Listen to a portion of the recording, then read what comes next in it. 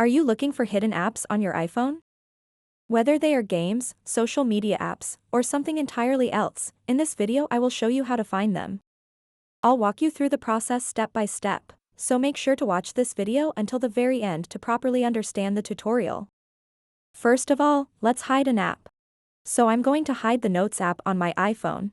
To hide it, just tap and hold the app, and then tap Remove App. Tap Remove from home screen. And now that the app has been hidden, let's find it. Simply swipe across all your app pages, and you'll get to your app library page. You can just look for that hidden app in your app library.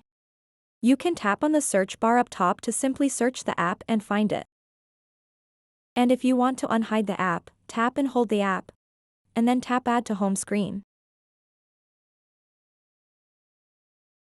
You can also swipe down on your home screen and search for that app. It will show up, and you can add it to your home screen.